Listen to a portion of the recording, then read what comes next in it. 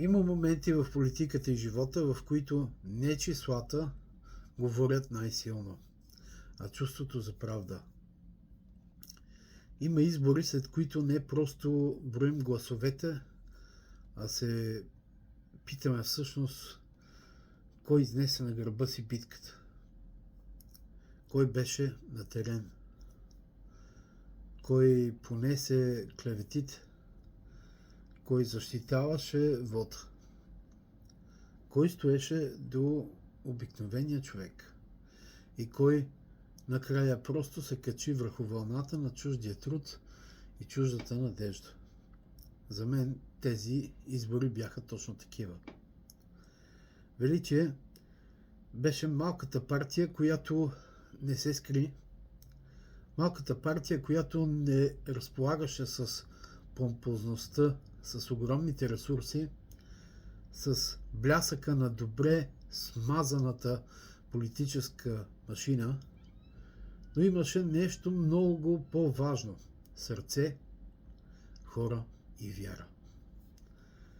Докато други градяха образи, Величие градеше присъствие.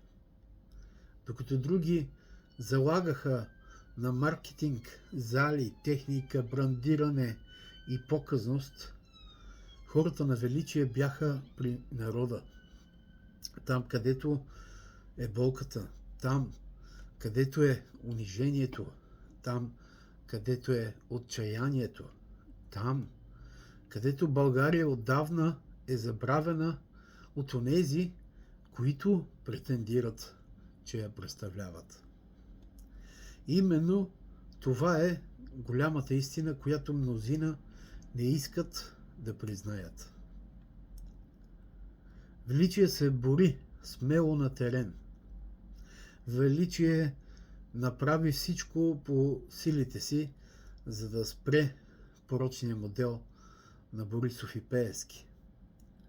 За да има натиск за по-справедливи избори, за да има хора по секции, по комисии, като застъпници, като представители, като жив щит срещу безобразията, които години наред задушаваха българската демокрация.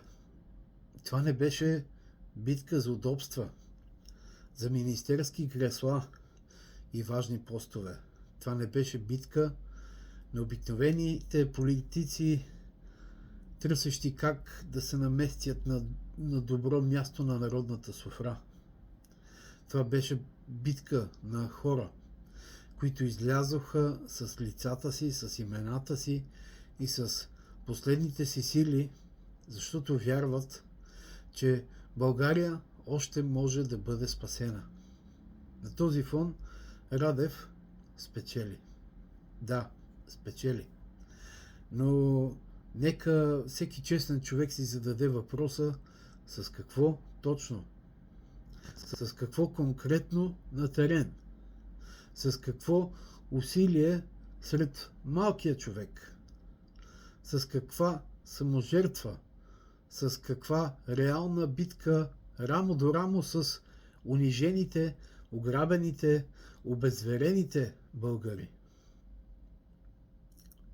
Когато един политически проект се появява с такъв ресурс, с такава видимост, с такава кампания, с билбордове, с медийно присъствие, с брандиране, помпозни срещи, с големи зали, с техника, с маркетинг и всичко останало, което очевидно струва много пари и организационна мощ.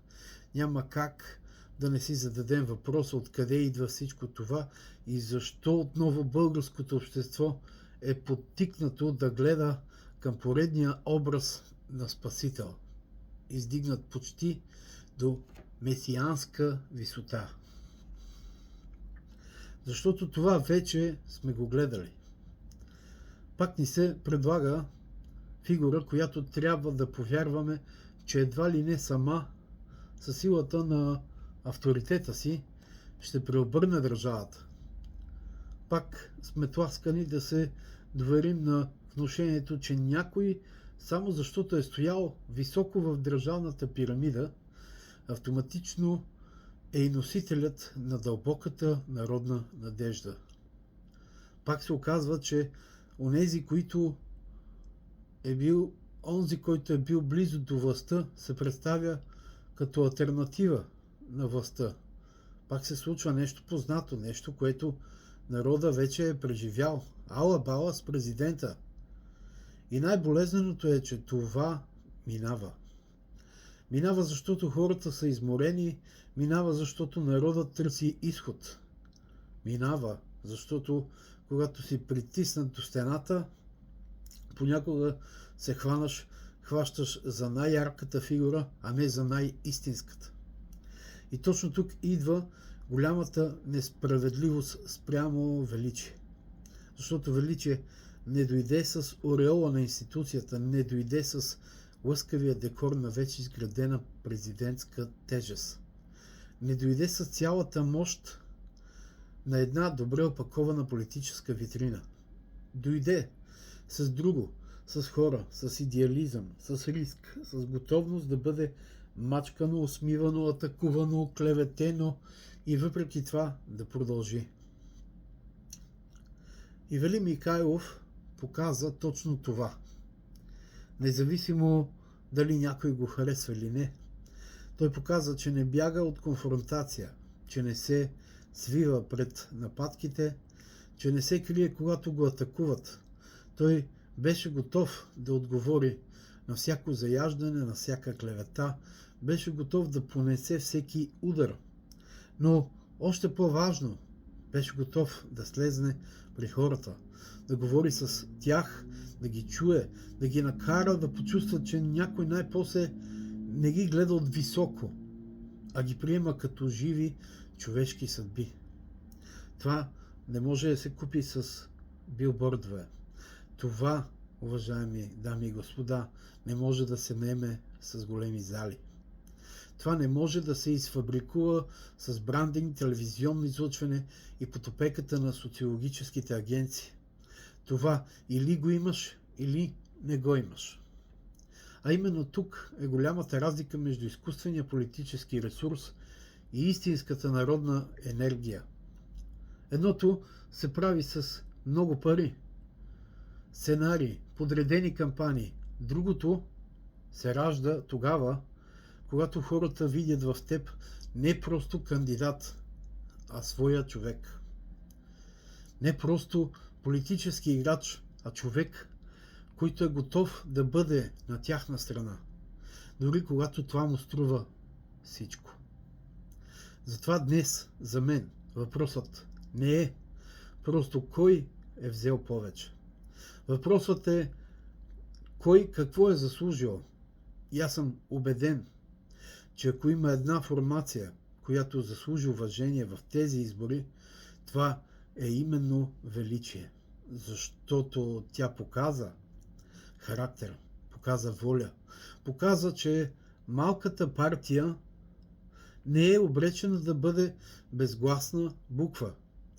Когато има кауза, когато показа, че дори без огромен ресурс, без скъпа фасада и без опеката на държавнически ореол, можеш да достигнеш до хиляди хора, ако говориш откровенно, с болка и с обич към народа си. И затова никой не бива да омаловажава това, което се случи. Да, други обраха лаврите. Да, други взеха големия резултат. Да, други ще се представят като едва ли не единствени носители на промяната. Но онези, които видяха отблизо тази кампания, знаят друго. Знаят кой беше по места, знаят кой стоеше по секциите, знаят кой пазеше вод, знаят кой обикаляше страната, не с самодоволство на победител по навик, а с жаждата на човек, който още вярва, че България може да се отвоюва обратно за народа. Именно това беше величие. И ако днес някой иска да бъде честен към историята на този вод, трябва да признае следното. Не всяка победа принадлежи на онзи, който я е обявил за своя. Понякога най-големия принос е на онези, които са посяли земята, а други само са минали да приберат реколтата. Народа направи своя избор. Той трябва да бъде зачетен. Но заедно с това трябва да се каже и истината от гледната точка на всички, които не искат повече да живеят в политическата подмяна. А моята истина е проста. Величие беше живата енергия на тази битка. Величие беше гласът на хората, които искат справедливост, а не просто поредното замазване на очите на народа. Величие беше ръката, подадена към малкия човек. И ако някой друг днес се е оказал големия печеливш, това не отменя заслугата на тези, които с чест, риск и с любов към България изнесоха най-тежката част от боя. И сега е време всички ние заедно да благодарим на хората на величие, които не спряха да вярват, на всички, които се погрижиха да опазят изборите и работиха денонощно, доброволно, без да подгънат крак, хора на величие от всякакво ниво в организацията на партията. Да благодарим на лицата на величие, които бяха като Матросов на амбразурата и поеха всеки патрон, хула и презрение, но не се отказаха да бъдат истински и не предадоха народа си. Да благодарим и на Ивелин Михайлов, който без много драми и като Дон Кихот продължава да се бори с вятърните мелници, който смирено поема товара на загубата на свой гръб и тихо заема своето място на обикновен българин, ударен и изплют от тази борба, в която се би с достоинство, осланяйки се на вярата в Бог и любовта си към хората. Ние хората на величие ще оставим ли човека, който даде и мило и драго за нашата борба? Беше там, където нас ни нямаше. Не подмина нито един човек, не подгъна крак, докато всичко това не свърши. Много от нас нямаше да си го причинят, уви. Нека всички заедно покажем, че Ивелин Михайлов не е минало. Той не е нашето настояще и бъдеще. Да спрем порочната практика и да неглижираме истинските патриоти и борци за правда и свобода. И те да бъдат оценени едва от историята, но не и от съвременниците си. Нека бъдем заедно, станете част от величие и дейността на Ивелин Михайлов. Истинската битка не е свършила и може би тъкмо сега започва. Благодаря ви.